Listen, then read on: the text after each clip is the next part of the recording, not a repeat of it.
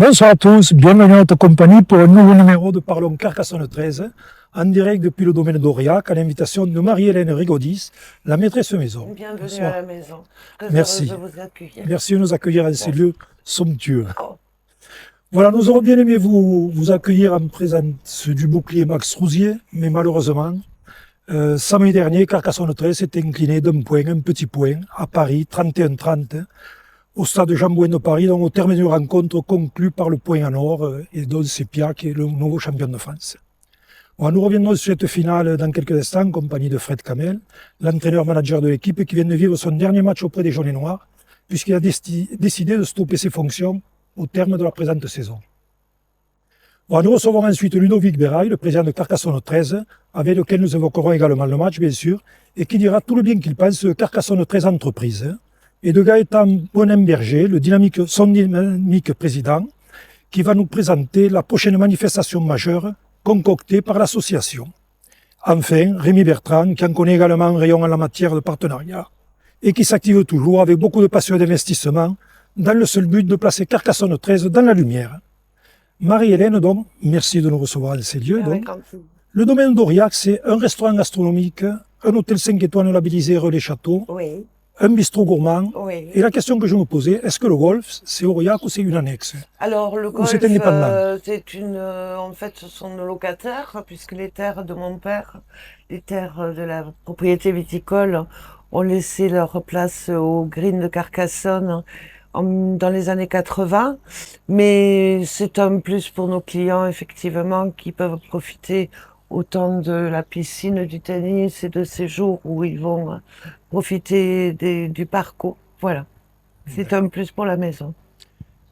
À quand remonte la création du domaine Aurillac et dans la formule actuelle, quoi, Alors, mes grands-parents Mais monsieur, les ont acheté aménagements, cette bien sûr. maison dans les années 70 pour se retirer à la retraite, sauf que c'était des gros travailleurs. Après une carrière dans la boucherie rue Victor Hugo, dont on parlait tout à l'heure. Et en définitive, ma grand-mère n'a pas supporté l'oisiveté de la campagne, parce que c'était l'époque, ici c'était la campagne, et a décidé de transformer cette maison en hôtel et restaurant, ce dont elle avait rêvé toute sa vie. Donc l'aventure a commencé en 1970 exactement, parce que j'ai retrouvé le premier guide Michelin dans lequel nous étions répertoriés, Aurillac Hôtel. Et ça s'est transmis de génération en génération. Absolument, à mon papa, et qui nous a quittés en 2004. Mais on l'avait déjà rejoint avec mon frère Pierre depuis quelques années. Dans les années 80. Voilà, et on avait eu la chance qu'ils nous mettent le pied à l'étrier, qu'ils nous enseignent ce merveilleux métier avant de se retirer. Voilà. Et depuis, vous n'avez cessé de travailler à l'embellir. Ah voilà, ça c'est le concept qu'on s'est donné, c'est que Aurillac puisse passer les décennies en gardant toujours sa fière allure. C'est pour cela que cette année, nous avons été rejoints par des partenaires qui nous permettent de continuer à imaginer l'avenir tel que nous le rêvons pour notre maison. Et comment vous le rêvez justement cet avenir? Oh, cet endroit, c'est surtout de conserver cet esprit de maison avec une touche particulière pour un accueil et une ambiance qui est propre à toutes les maisons familiales, avec une restauration haut de gamme, des prestations d'hôtellerie tout aussi haut de gamme, tout en étant à 5 minutes de Carcassonne, tout au milieu de notre région merveilleuse.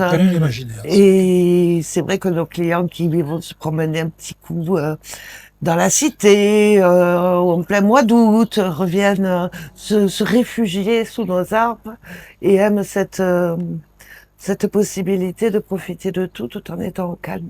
Donc, je retrouve une ambiance d'autant plus familiale que vous me disiez que même le personnel fait partie de la grande famille. Ah oui, mais c'est une définition assez juste de nos équipes qui sont des frères et des sœurs au fil des ans, parce qu'il y en a qui sont là depuis plus de 30 ans et qui rechignent à nous quitter. Donc pour vous dire que c'est quelque chose qui est très inscrit dans l'ADN du domaine d'Aurillac, et nos clients, ils sont très attachés justement à ce fait qu'il n'y ait pas de turnover et qu'il n'y ait pas de trop de nouvelles têtes, un petit peu mais pas trop. Et vous me disiez même qu'il fallait aimer le domaine pour y travailler.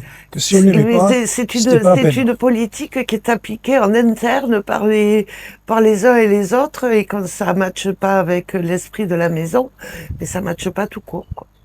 Voilà. Et depuis 50 ans, le domaine fait partie de l'association Relais Château. Oui, tout à fait.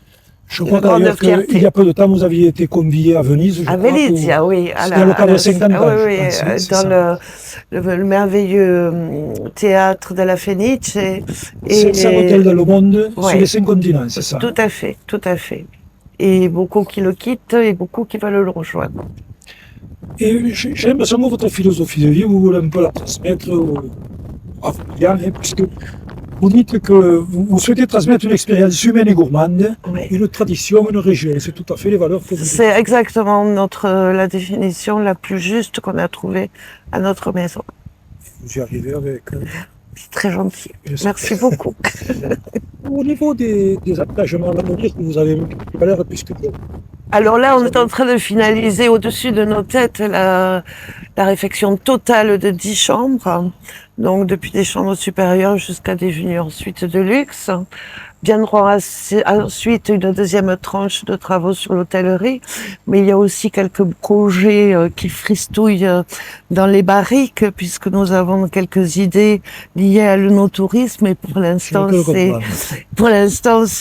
voilà, c'est sur, ça se couche sur le papier, mais pas dans les, c'est pas vous finalisé. penchez également donc, sur ouvrir un peu la gamme des services que vous pouvez apporter à votre clientèle. Tout à fait, mais on est surtout très attaché à notre terroir audois, puisque je suis fille et petite fille de viticulteur et très fière de l'être. Papa a toujours combattu pour les vins de la région. Nous avons quelques Bourgognes, quelques Bordeaux, mais la plus grande place, elle est faite aux vins d'ici.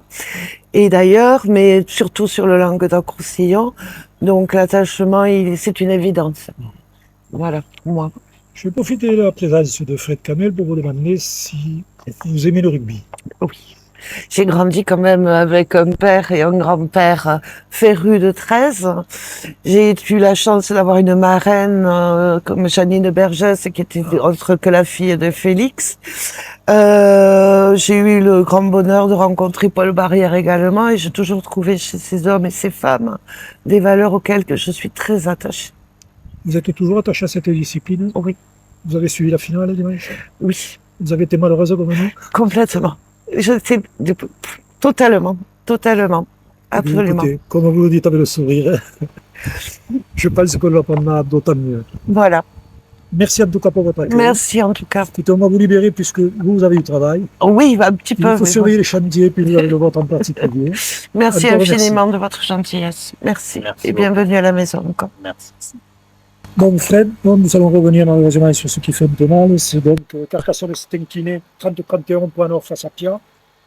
Une fois la pression tombée maintenant, quel est le sentiment qui prédomine là, dans votre tête, dans votre cœur? Quelques jours après l'événement, la distance qu'on a pris maintenant. C'est un mélange. C'est un mélange de sentiments, un mélange d'émotions. Et voilà. J'ai accepté dès le coup de sifflet final parce qu'on sait très bien qu'on ne peut jamais revenir sur quelque chose. Mais je l'avais dit depuis le début. Depuis le début, j'ai dit à mes joueurs, depuis le premier entraînement, on ne nous donnera rien. Et je savais très bien qu'on ne nous donnerait rien. Mais après, j'avais aussi dit que les choses que je craignais le plus, parce qu'on m'avait dit, oh, vous avez une belle équipe, et Pia aussi, mais voilà, vous avez le vent en poupe, etc. J'ai dit oui, pas de souci, mais il y a des choses qu'on sait qui vont arriver, et j'en avais déjà parlé, et j'ai dit, voilà, il y a quelques noms que je crains, ils ne sont pas dans la composition adverse, ils seront sur le terrain, et je crains ça. On va l'évoquer là, dans un autre plan. Est-ce que, selon vous, quand même, est-ce que l'indiscipline des joueurs est l'une des causes de la défaite là? On reste au sport là, Bien sûr. sachant que bon, on fait le premier quart d'heure à 11 pratiquement. Bien sûr. Bien sûr, notre indiscipline, elle est Alors que elle est c'est un terrible. point sur lequel. On a beaucoup travaillé, on a insisté, on avait déjà fait venir les arbitres aussi. Les joueurs étaient conscients de ce qu'il fallait. Il fallait contrôler ses émotions et contrôler sa défense, ses gestes. Et on ne l'a pas fait. Le problème, c'est que je pense que dès la première minute, on perd Thomas Malfas sur un Voilà, oui. contact à la face. Il n'y a même pas de coup franc. C'est un coup de au menton. Donc, on peut me dire ce qu'on veut, mais c'est un coup de volontaire au menton. On n'a pas le droit de rentrer dans un plaquage comme ça. C'est ce qui se passe. Et logiquement, il doit y avoir carton jaune et il doit y avoir une pénalité. Et non, là, il y a tenue. Et on perd un joueur à la première minute. Toute la partie. Voilà, ça se passe mal avec le médecin du match qui arbore le t-shirt de Pia en plus. Donc, c'est des choses qui énervent les joueurs. Et puis derrière, il y a un plaquage à l'épaule d'Éloi Pellissier et du coup qui est pas sanctionné non plus parce qu'il a vraiment la main en bas et c'est l'épaule. Donc ça s'appelle une shoulder charge. C'est pas sanctionné. Et derrière, c'est Sofiane Bitigri qui vient se faire justice. Et c'est là où les joueurs auraient dû garder le fil. Mais l'arbitre dit rien. Et bien, gardez vos émotions. On leur a dit, ça va se passer comme ça. Vous devez rester maître de vos émotions. On l'a pas fait. On l'a pas fait et on a souffert, on a laissé beaucoup d'énergie là, on a pris 12 points et après on a couru après le score toute la partie et on a laissé énormément d'énergie là. Mais malgré ça, on avait fait le plus dur. C'est sûr. Il y a cet essai quand même dont les images confirment qu'ils n'ont jamais dû être accordés, le dernier essai, puisque tant le joueur que le ballon sont en touche. Donc il y a eu des ralentis, des agrandissements. Mais malheureusement, il n'y a pas de vidéo sur ce match. Ouais. Donc Vous avez pu en parler avec les arbitres Oh non, les arbitres sont vite partis à la fin du match. Je le comprends. Et voilà, non, je pense que les joueurs étaient énervés. Moi, le premier, évidemment qu'on a envie de discuter avec les arbitres. On n'a pas des mots très gentils, eux non plus. D'ailleurs, je pense que le comportement n'est pas approprié d'un côté comme de l'autre. Mais ça, c'est normal aussi. C'est à chaud, il y a de la pression, ça retombe. C'est aussi logique qu'on puisse pas se parler calmement, on va dire. Mais moi, les deux choses que je regrette, c'est que la vidéo soit pas pour une finale. C'est-à-dire qu'on vient promouvoir notre sport à Paris et on est incapable de mettre la vidéo. On nous dit que ça nous coûte trop cher. Ça veut dire qu'on en est là pour la finale de Super 13 qui s'organise à Jambouin avec du monde. On arrive à le transmettre, juste à retransmettre le match 48 heures avant. Et malgré ça, on n'est pas capable de mettre la vidéo. On nous fait passer pour des amateurs au plus grand point. Même pas l'horloge. On n'est pas capable de mettre le chronomètre du match. Comment font les joueurs? Que je parle des Théophages, des Lucas Albert, des maîtres à penser. Mais quand vous avez un drop à tenter à la 39e et 40 secondes, c'est important. Là, la seule chose que vous avez, c'est une corde et vous savez que c'est la dernière action. Mais ça, c'est pas logique. Là, on est dans du pur amateurisme. Et puis à la touche, vous mettez un arbitre qui vient de se faire agresser la semaine avant. Est-ce que ça, c'est normal? C'est-à-dire que nous, un joueur qui prend un KO, il en a pour 10 jours. S'il a pris 2 KO dans la saison, c'est 3 semaines, c'est 21 jours. Et un arbitre qui 6 jours avant se fait agresser, on va me dire qu'il est capable d'arbitrer une finale de Super 13? Moi, je suis pas d'accord. Donc ça, c'est une faute. Et voilà, c'est toutes ces petites choses, les unes accumulées aux autres, qui font que ça laisse un petit coup, un goût d'amertume, et c'est comme ça. Après, je veux pas non plus qu'on passe pour des mauvais perdants, etc. Pia a bien joué. Pia a très bien joué. A construit sa victoire aussi. Et voilà, donc ils ont été plus intelligents que nous, ils ont eu plus de maîtrise que nous, ça c'est sûr, et ça leur permet de gagner ce match. On n'avait pas pensé quand même quelque part que peut-être Carcassonne a dérangé? Je ne sais rien. Trop de Carcassonne, on n'aurait-il pas tué Carcassonne finalement? Parce que après, ça c'est le sport français aussi, c'est-à-dire que, et puis c'est très français comme sentiment, c'est-à-dire que n'importe quel sport, on va prendre le rugby à 15 et vous entendez, c'est toujours le Stade Toulousain. On prend le foot, c'est toujours le PSG. Mais c'est l'histoire du sport. Ça a toujours été des dominantes dans tous les sports. Montpellier a gagné des titres au handball pendant des années et des années. Maintenant, c'est le PSG. Au football, ça a été Lyon pendant presque 10 ans. Puis ça a été le PSG. Et puis c'est l'histoire de tous les grands championnats. Prenez le Real Madrid ou Barcelone, il n'y a qu'eux qui gagnent le championnat d'Espagne depuis des années. Donc c'est comme ça. Après, de là à dire il y a un acharnement sur Carcassonne, non, pas j'ai pas envie d'y croire. Peut-être, mais vous diminuez. Ça, je peux pas répondre à ça, je ne sais rien. Et surtout, je l'espère pas. Parce que si on en est là, c'est qu'on est petit, vraiment. Au niveau de la préparation, il n'y a pas quelque chose que vous regrettez peut-être de ne pas avoir fait ou d'avoir fait mal ou... Absolument rien. Tout était... Absolument rien. Je pense qu'au niveau de la préparation, voilà, c'est la 7e finale du championnat de France d'affilée qu'on joue, donc c'est pas rien. Donc les joueurs savent comment se préparer, comment être sérieux, et là-dessus, je pense pas qu'on puisse reprocher quelque chose. Ils ont mis leur corps en avant. Ils se sont battus comme des diables pendant 90 minutes. Qu'est-ce que vous voulez qu'on leur reproche? Ouais, il y a quelques fautes, ouais, il y a quelques trucs, mais on peut rien reprocher sur l'investissement. Et au niveau du staff, c'est pareil. Vous savez, on dort pas très bien. C'est comme ça. On a fait des choix et voilà, on a fait confiance sur les 17 qui ont joué, mais quand je regarde un Bola, un Gali, Yannis Assini pouvaient aussi prétendre à la feuille, mais malheureusement, il y en a que 17 qui peuvent jouer. J'aurais aimé qu'on ait la règle de la NRL où on puisse mettre 6 remplaçants parce que Paul Gali et Bola auraient joué, peut-être qu'ils seraient rentrés parce que justement ça donne plus de possibilités. Là aussi, c'est quelque chose où j'aimerais que la fédération prenne les devants pour essayer d'innover parce que là, on est tout petit, on est toujours pareil en train de faire les moutons, de suivre. Et même on a l'impression des fois de régresser. Et c'est ce que j'ai dit, et je le pense sincèrement. Aujourd'hui, on a régressé. On est en 2026 et on a régressé. Moi, la première finale que j'ai jouée en 2019, on avait la vidéo.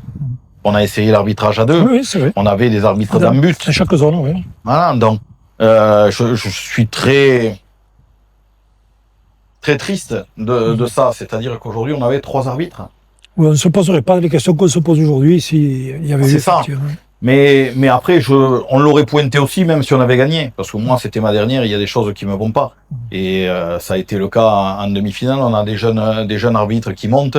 Comment on peut pas mettre 2 juges dans le but? Comment on peut pas dire, et justement pour promouvoir nos jeunes arbitres, comment on peut pas prendre 2 jeunes et dire tu seras juge dans le but? On n'a pas la vidéo et on va mettre 2 juges dans le but. Voilà, je pense qu'un Romain Paresse qui a fait une super saison, qui est des jeunes qui montent. Je pense à Calvin aussi, qui pouvait être chacun juge d'un but. Il y avait rien à dire. Je pense à Fabien Nico, qui a eu une grande carrière et qui s'arrête aussi. Mais je pense qu'on aurait pu aussi le mettre là. Et pourquoi pas faire participer ces garçons-là? Pourquoi le chef des arbitres est à la touche aujourd'hui? Il peut pas prendre un peu de hauteur et juger ses arbitres et laisser la place à un jeune au niveau de la touche. C'est ça que je trouve dommageable aujourd'hui. Je pense qu'il faut respecter l'arbitrage, hein. Il faut respecter les arbitres. Il y a des choses qui doivent être mises en place. Mais je pense qu'aujourd'hui, l'arbitrage a pris trop de place dans notre fédération. L'arbitrage aujourd'hui, c'est devenu la mafia calabraise. C'est-à-dire qu'aujourd'hui, on s'installe et le chef des arbitres, aujourd'hui, il fait ce qu'il veut. Il a les pleins pouvoirs. C'est-à-dire qu'on peut rien lui dire, parce que sinon c'est outrage. Donc on n'a pas le droit de lui dire. Mais qui le juge à lui? Qui aujourd'hui est capable de juger le chef des arbitres? Personne. Lui, il a placé son meilleur ami à la tête de la commission de discipline. Il choisit les actions qu'il veut revoir. Il choisit le grade qu'il veut mettre.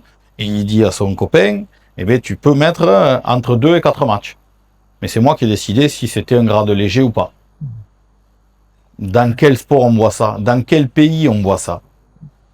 Peut-être la Russie. Mais aujourd'hui, franchement, quand je regarde chez nous, on s'est battu pour avoir une république et on a un système qui est basé sur la séparation des pouvoirs. Elle est où dans notre fédération, la séparation des pouvoirs? Quand personne ne vous juge. Quand vous êtes chef de la police, vous avez l'IGPN au-dessus. Ben, chez nous, on a quoi? Donc ce monsieur fait ce qu'il veut. Et aujourd'hui, ben, on récolte ce qu'on a. Parce qu'on a perdu des Benjamin Castille, on a perdu des Kevin Delarose, on a perdu des Momo Drisa. Qu'on se pose les bonnes questions. Ouais. Vous avez un palmarès long comme le bras, on ne va pas y revenir et le détailler là, donc qui fait le bonheur de tous les entraîneurs là. Et quelle méthode vous avez employée pour tirer le meilleur de tous vos joueurs aussi longtemps? Puisque quand vous êtes sur une génération, vous l'avez pratiqué pratiquement pas pendant 10 ans, mais enfin, certains pas loin. Ben, c'est surtout les joueurs qu'il faut rendre hommage. Nous, on est là pour créer des groupes, donner une philosophie, donner un sens du travail, de l'éthique, mais ces garçons sont des compétiteurs. C'est une génération, les Bastien Canet, les Bastien Scamilla, Alexis Scamilla, Alexis Alberola, Vincent Albert, tous ces garçons-là, eh bien, ils amènent le groupe vers le haut. Et derrière, nous, ce qu'on s'attelle à faire, c'est aller rapporter 1 pièce, 2 pièces, essayer de trouver le bon étranger qui va coller, avoir la mentalité qui va coller avec l'équipe. Ce qu'on cherche à créer, c'est ça aussi. C'est-à-dire qu'on va chercher un Thomas Malfas de Lézignan, mais on sait que le caractère va être très bien avec ceux-là, qui vont bien s'entendre. Et moi, quand je vois les garçons en dehors du terrain, ben, ils sont tous amis. Ils font tous la fête ensemble et ils sont bien. Et quand on doit répéter les efforts ensemble à l'entraînement, c'est ce qu'ils font. quand les jeunes joueurs viennent et poussent au portillon, eh bien, moi j'ai connu des époques où quand vous étiez jeune et que vous rentrez dans une équipe première, on se fait tout petit, et bien là on les attrape, on les passe sous l'épaule, viens avec moi, je t'explique. Et moi quand je suis coach, que je suis au bord d'un terrain et que je vois un ancien parler à un jeune et lui donner des conseils, il n'y a rien de plus beau. Il n'y a rien de plus beau. Donc c'est ma méthode, elle est juste là, c'est assembler des hommes, un staff, parce que c'est aussi ça qui est important, c'est-à-dire que C'est voilà, l'équipe, hein. moi j'ai été formé par Patrick Alberola qui m'a appris le métier à Villeneuve-Minervois avec Alan Walsh, on a été ses disciples et on a retranscrit ce qu'il nous a appris. Et Patrick a toujours fait passer l'humain avant le reste. Et voilà, Alan Walsh et moi, on a exactement fait ça aussi. Donc à un moment donné, j'ai pu récupérer Alan pour le faire venir ici et ça a bien matché. Et puis Teddy, j'ai aussi voulu que les anciens du club s'investissent. Donc j'ai fait venir des Amar Sabri, des Teddy Sadawi, des Mika Simon. Voilà. Et aujourd'hui, ben, ils prennent le relais. Florent Tost était là en 2017. Il a pris du recul après en 2021. Là, j'ai voulu le faire revenir parce qu'on était toujours en contact et que je savais qu'il faudrait quelqu'un de très intéressant pour prendre ma suite. Et c'est ce que je me suis attelé à faire. Après, ben, il y a aussi une partie de conditionnement, je parlerai, et ça, ça, il faut tirer le chapeau à Joël Berger, à Rémi Bertrand, à Christian Valero, et à mon papa, à Francis Camel, qui m'ont toujours laissé les pleins pouvoirs. C'est-à-dire qu'ils ne sont jamais venus par-dessus l'épaule pour me dire est-ce que tu es sûr que tu fais jouer un tel? Est-ce que tu es sûr que tu veux recruter celui-là? Voilà, moi je me rappelle quand je suis allé chercher Djibril Doliak et Bitigri en 2022, on m'a dit mais qu'est-ce que tu vas chercher ces joueurs-là? J'ai dit, ben, vous verrez. Voilà. Mais eux ne m'ont jamais dit ça. Tu les veux? Ben prends-les. Par contre, tu as une enveloppe, tu ne débordes pas de ça. Voilà. Donc j'ai toujours fait comme ça et ça a marché. Donc cette finale, c'était donc votre dernière danse, puisque vous avez dit que vous quitteriez le club à la fin de la saison. C'est ça. Qu'est-ce que vous ressentez là? Une forme de lassitude peut-être vis-à-vis du système que vous avez dénoncé tout à l'heure? Il y a que vous êtes dans une discipline qui n'avance pas, qui au contraire recule, et que les horizons sont assez bouchés finalement. Ben, c'est-à-dire que il y a deux choses. La première, c'est que j'ai un sentiment de soulagement, de m'arrêter, d'avoir du temps pour moi, pour ma future femme Sylvie, pour mes enfants Louis et Théo, donc j'en ai besoin aussi. J'ai beaucoup travaillé, beaucoup donné. Et ça fait 16 ans que j'entraîne. J'ai fait 5 ans à Villeneuve-Minervois, je suis passé par les juniors de Carcassonne, et là ça faisait 8 ans que j'étais avec l'équipe première, à la tête de l'équipe 1. Et donc me dire que j'arrête aussi et que je vais pouvoir prendre un peu de temps pour moi, c'est bien. Et puis après, d'un autre côté, j'ai ce sentiment de me dire j'ai plus rien à y faire en fait. J'ai plus rien à vivre avec Carcassonne. J'ai tout connu, les défaites, les victoires, beaucoup de victoires. J'ai fait 11 finales sur les 12 dernières possibles. Qu'est-ce que vous voulez? Moi j'espérais à un moment donné qu'on ait cette fameuse Coupe d'Europe qu'on devait jouer. Ça a été un challenge pour moi où on m'a dit, la fédération nous a dit, vous allez voir, on va créer une compétition. Et ça fait 4 ans que je l'attends. Et c'est comme le championnat d'été, je l'ai espéré et on ne l'aura pas. Donc il est temps que je laisse la place à des personnes plus motivées. Le 13, c'est fini pour vous? Ou on vous reverra demain comme un spectateur? Je pense que je viendrai voir quelques matchs, que j'irai voir peut-être quelques matchs des Dragons, quelques matchs de Toulouse. Voilà, j'aime le rugby à 13, j'aime ça. Et après, on m'a toujours défini en tant que Carcassonnais, mais je suis un amoureux du rugby à 13. Et j'ai la chance d'être passé un peu partout. C'est-à-dire que j'ai été à Villeneuve-Minervois, mais j'ai joué 6 ans à Lézignan, donc c'est le club dans lequel j'ai joué le plus longtemps. Et je suis tombé amoureux de Lézignan quand je jouais là-bas. J'ai toujours plein d'amis à Lézignan et j'aime cette mentalité, j'aime la mentalité lézignanaise. Ça peut être une piste. Pas du tout, non, pas du tout, mais ce que je veux dire par là, c'est que j'ai joué aussi à Roanne, un club qui n'existe plus aujourd'hui. Et donc c'était en élite 2, j'ai joué au Cabardès. Et donc je connais toutes les strates. Je connais de la DN1 à la DN2, à la DN3, à l'élite 2, je suis passé partout. Et je suis vraiment un amoureux du rugby à 13. Et voilà, je peux dire que j'adore Limoux parce que c'est un club qui me parle, qui me plaît parce que il y a une ambiance spécifique à Limoux. Et voilà, il y a le carnaval, il y a tout ça, il y a Il y a Laurent Moreno avec qui j'ai joué, mais c'est la même chose pour Pia. Moi, je trouve que le boulot qu'ont fait Pia en 4 ans, c'est fabuleux. Il faut les féliciter. Benoît Albert a su, au niveau du staff, créer quelque chose, vraiment mettre une idée, une philosophie, enlever des étrangers. Il a renvoyé il a dit à Milodi, ben, tu arrêtes et je vais mettre des jeunes, et ça marche. Et les présidents de Pia ont fait un super boulot aussi. Donc ça me plaît. Je vois Rémi Castilla avec les Catalans, c'est génial. Ce qu'il arrive à faire avec ces jeunes-là, ce qu'il arrive à créer, à les qualifier, c'est fabuleux. Il a gagné la Coupe l'année dernière. Voilà, je suis un amoureux de tout ça. Je suis un amoureux d'Avignon parce que ce qu'ils ont réussi à refaire cette année, c'est fabuleux aussi. Saint-Gaudens, j'espère qu'ils vont arriver à prendre un pas, parce que Joris Canton va venir au club, j'espère qu'il va réussir à structurer tout ça. Le boulot que fait Constant Villegas à Villeneuve-sur-Lot avec tous ces jeunes, c'est génial. J'espère que l'année prochaine, ils vont pouvoir encore passer un cran. Je pense à Albi aussi, ils ont recréé quelque chose. Albi fait partie des grosses cylindrées maintenant du championnat. J'espère qu'ils vont réussir à consolider ça. Qu'à Villefranche, on va trouver l'après Colado. Donc voilà, je suis vraiment un amoureux du rugby à 13 et donc j'aurai toujours mon cœur. Voilà, je suis athée, je crois pas en grand chose, mais moi ma religion c'est le rugby à 13 et aujourd'hui je suis un peu triste de voir comment on traite ce Super 13 et j'aimerais qu'on l'aide à l'amener vers le haut, ça serait bien. Vous pourriez changer de code? Je pourrais changer de code, j'aurais pu changer de code, j'ai dit non. Voilà, il n'y a pas plus tard que 48 heures, j'ai dit non à une belle proposition, honnêtement. De Pro D2.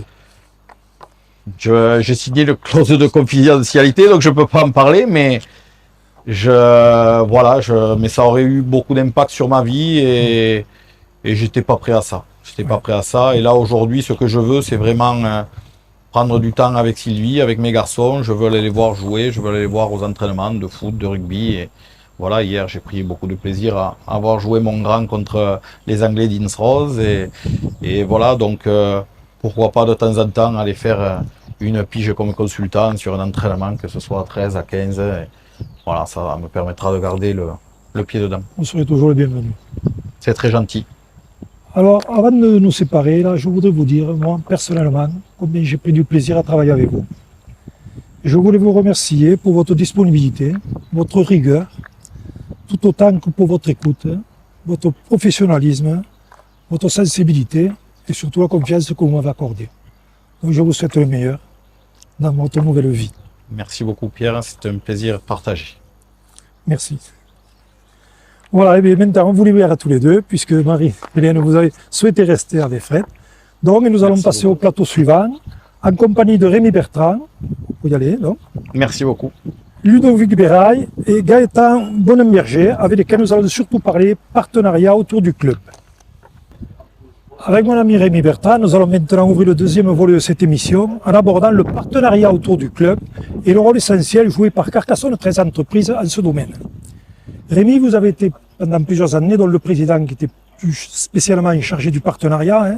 C'est un travail de l'homme essentiel qui permet au club d'avoir des ressources supplémentaires pour son développement et sa condition sportive.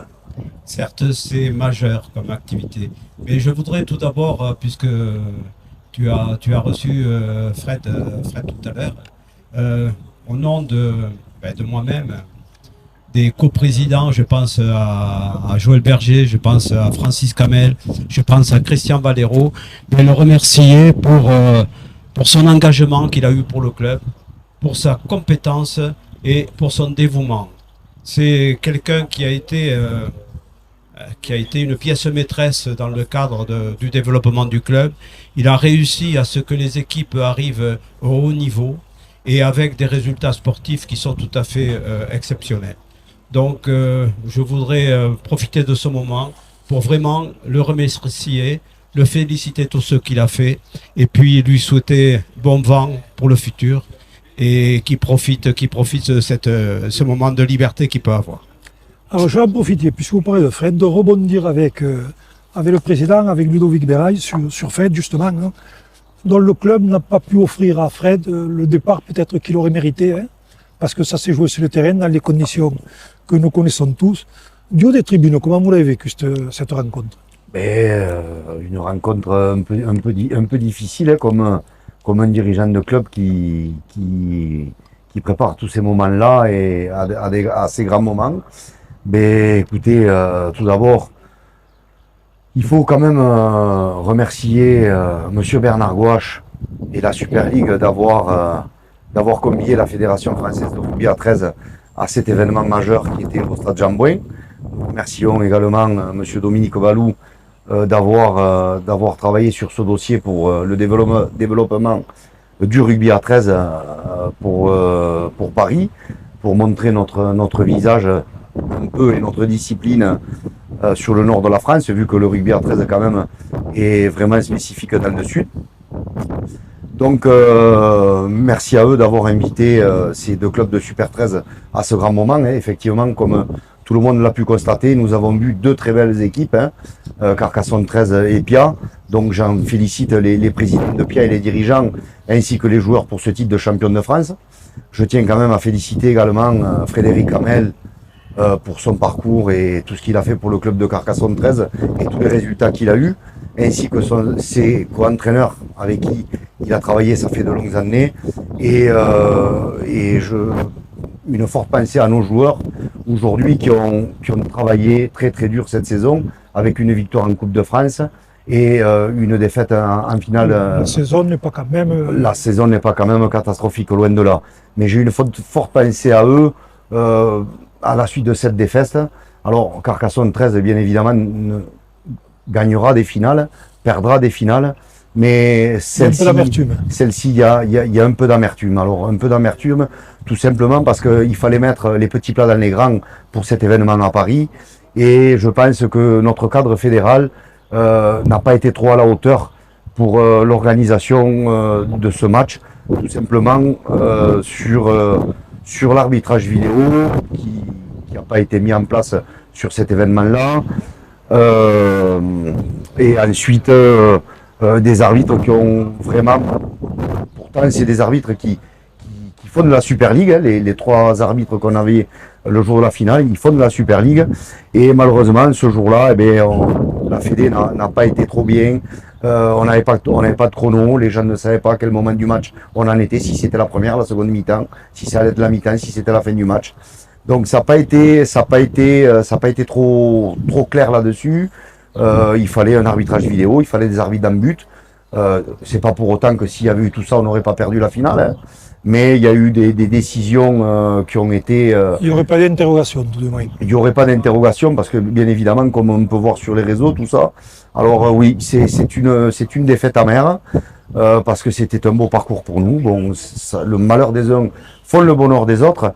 Mais pour en revenir un peu sur ce problème fédéral, je pense que dans les années à venir, parce que c'est des problèmes qui durent, ça fait un petit moment. Donc moi j'ai ma petite idée derrière la tête, hein, mais je pense que les prochaines finales, la Fédération française, va falloir voir de mettre des arbitres à la hauteur, des arbitres neutres, et pourquoi pas des arbitres anglais au centre du terrain, bien évidemment sur les bords avec des arbitres français, bien évidemment. Et ensuite, les responsables d'arbitres ou les responsables de la commission de discipline, au lieu de se désigner et d'être sur les feuilles de match, il faudrait qu'ils prennent un peu plus d'auteur, d'être dans les tribunes et de faire travailler les arbitres. Et l'erreur est humaine, bien évidemment, on en fait tous des erreurs. Et reprendre ces erreurs d'arbitrage et remettre un peu tout à niveau pour éviter qu'il y ait tous ces problèmes-là. Parce que ces problèmes-là ne feront pas grandir le rugby à 13. On ne peut plus continuer de cette manière-là. Si aujourd'hui on a des problèmes de discipline de joueurs, c'est parce que c'est des problèmes d'arbitre. Et tous ces problèmes-là, il va falloir très prochainement revoir un peu toute cette copie pour travailler différemment si on veut montrer une autre image de notre discipline. Parce que tous les clubs qui sont à la Paris ont fait des sacrifices, des concessions pour aller faire cet événement-là et on n'aurait pas dû le terminer de cette manière-là. Je ne parle pas au nom du club, mais je parle au nom de la discipline et au nom du rugby à 13 français. Si aujourd'hui on veut évoluer, il va falloir changer cette donne. Je pense que vos propos sont clairs, qui seront entendus. On sait qu'un changement va intervenir au sein du staff, puisque Fred s'en allant, donc il y a Mika Simon qui monte des U19. Au niveau du comité directeur, est-ce que c'est la stabilité aussi qui devrait être de mise ou il y aura éventuellement des changements? Je vois qu'il y a de la jeune génération à cette table. Est-ce que, je sais pas, voilà, je vous pose la question. Alors, au niveau du comité directeur et C'est concernant, peut-être trop tôt pour en parler, je ne sais pas. Mais je profite de l'occasion de vous avoir pour vous en parler. concernant le départ de Fred, quand Fred nous a annoncé son départ et sa retraite sportive en tant qu'entraîneur, mais moi je pense qu'il y avait quelque chose de logique au club quand les anciens présidents avaient tendu la main à Michael Simon, ancien grand joueur de rugby à 13, et une vitrine à Carcassonne qui est venu s'investir auprès de nos jeunes. Mais moi je pense que les choses sont simples et claires. Il fallait que Mika aujourd'hui passe un étage supérieur et soit en compagnie avec Florent Tost et Teddy. Mika va mener sa pierre à l'édifice aussi, parce qu'il est important des fois que d'autres personnes qui arrivent d'un niveau un peu plus bas et d'un niveau au-dessus en tant que joueur. Mais je pense qu'on va avoir un beau staff, bien évidemment. Il y a beaucoup de choses à construire aujourd'hui, parce que le départ de Fred n'est pas des moindres. Et puis voilà, on va tout mettre en œuvre pour continuer à bâtir autour de ce club et de cette équipe. On ne sera peut-être pas l'an prochain aux deux finales, mais on va continuer à travailler avec de la jeunesse, avec un nouveau staff. Un nouveau staff prochainement pour l'équipe U19 qui encore rien n'est défini, mais on y travaille corps et âme. Donc voilà, on est en train de remobiliser les troupes et puis voilà, et au niveau comité directeur. Et bien évidemment que s'il y a des personnes qui sont motivées à rejoindre cette équipe de dirigeantes, c'est avec grand plaisir qu'on les accueillera et avec beaucoup de motivation pour venir nous donner un coup de main. Parce qu'aujourd'hui, le monde associatif est très compliqué, le bénévolat aussi. Mais bien évidemment que s'il y a des personnes qui ont envie de s'investir pour le club de Carcassonne 13, ce sera avec plaisir qu'on les accueillera pour travailler sur les années futures. Rémi, je vous repasse la parole donc, pour revenir au partenariat qui était notre sujet premier. C'est vrai que nous avons un petit peu dévié, mais nous arriverons quand même à Carcassonne Entreprise. Je vous laisse le soin peut-être de converser avec Gaëtan et d'échanger un petit peu sur le propos, parce que je sais que vous avez des projets au niveau de l'association, Gaëtan. Donc, ce sera l'occasion de l'évoquer, peut-être de vous dévoiler un peu plus, vous, puisque bon, vous êtes une tête nouvelle quand même par rapport... Excusez-moi, Rémi. Voilà, donc, je ne sais pas si vous voulez faire... Moi, je pense c'est l'occasion peut-être de parler du renouveau de le club. Donc, c'est-à-dire aujourd'hui, le club se structure avec de la jeunesse, du dynamisme, avec d'autres façons de voir, d'autres façons de penser.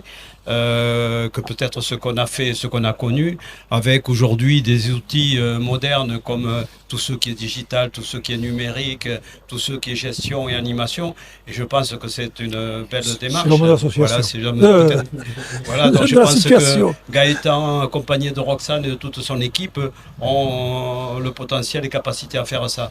Mais je voudrais parler un petit peu du partenariat sous l'angle aujourd'hui, c'est le nerf de la guerre et la gestion aussi financière d'un club.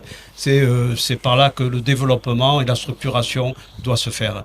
Donc par rapport à ça, bien sûr, qui dit partenariat dit aussi un retour sur investissement sur les partenaires. Ça, c'est indiscutable. C'est un échange. Et c'est un échange. Donc c'est quelque chose qu'il faut savoir faire, sur lequel je pense qu'il faut que vous réfléchissiez pour qu'il y ait vraiment ce retour-là.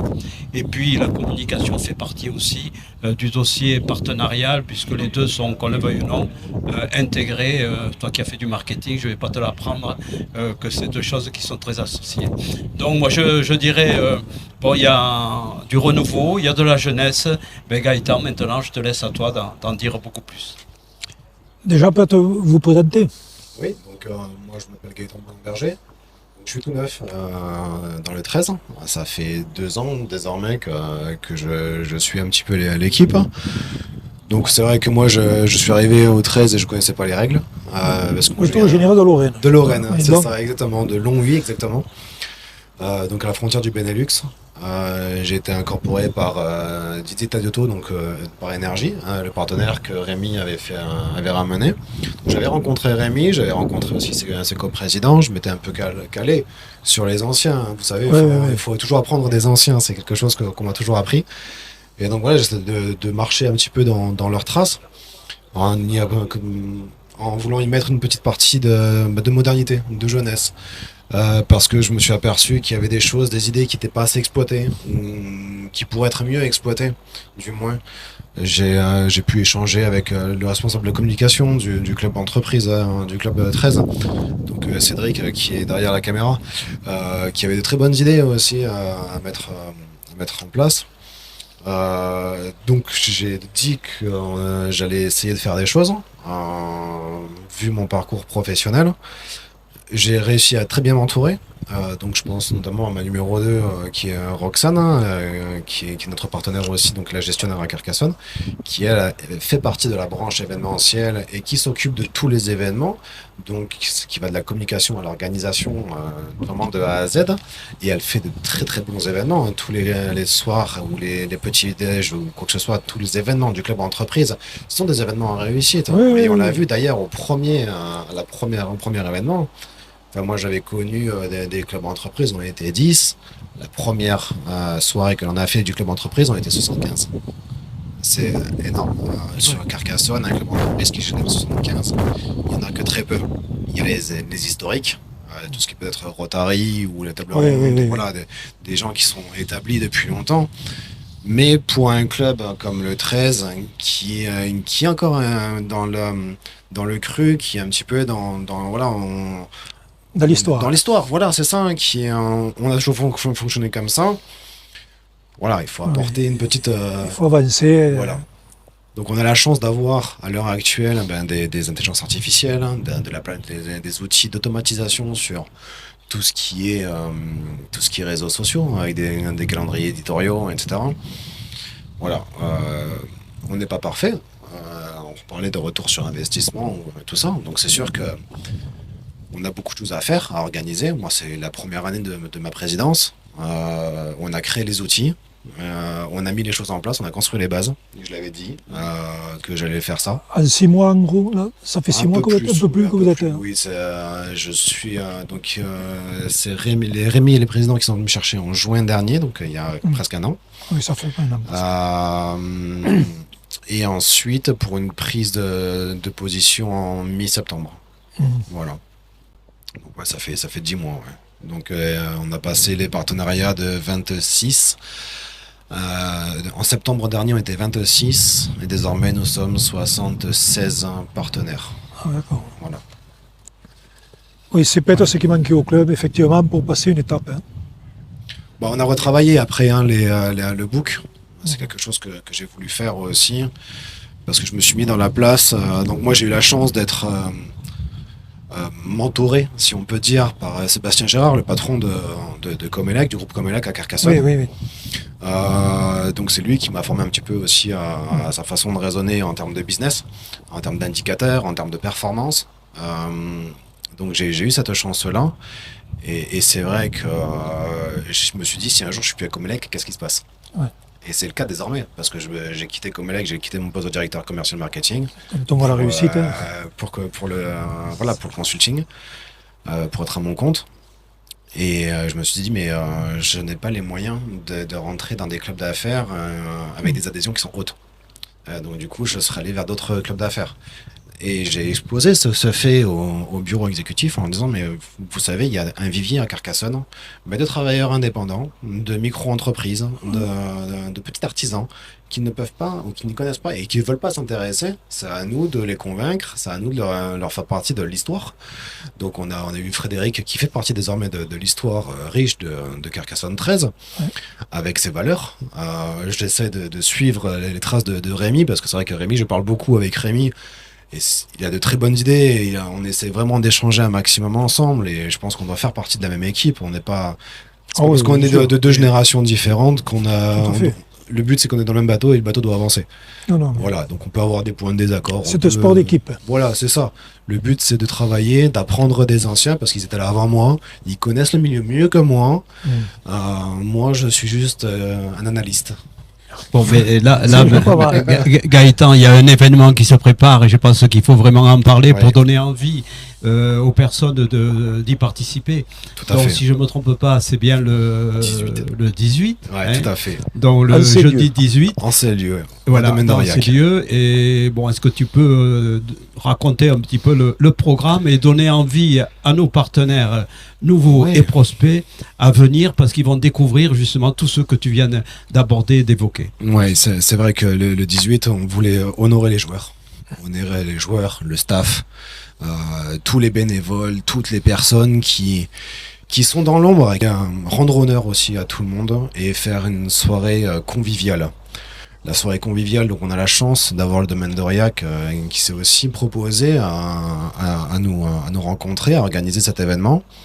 C'est un événement qui est ouvert à tout le monde. Des gens qui suivent, qui sont Ouais, dans ouais, les tribunes, qui n'oseraient suivent, pas éventuellement. qui voilà. n'oseraient pas. Et pourtant, vous êtes tous les bienvenus pour partager les valeurs du 13. C'est aussi c'est ce lien de fraternité, de côté familial.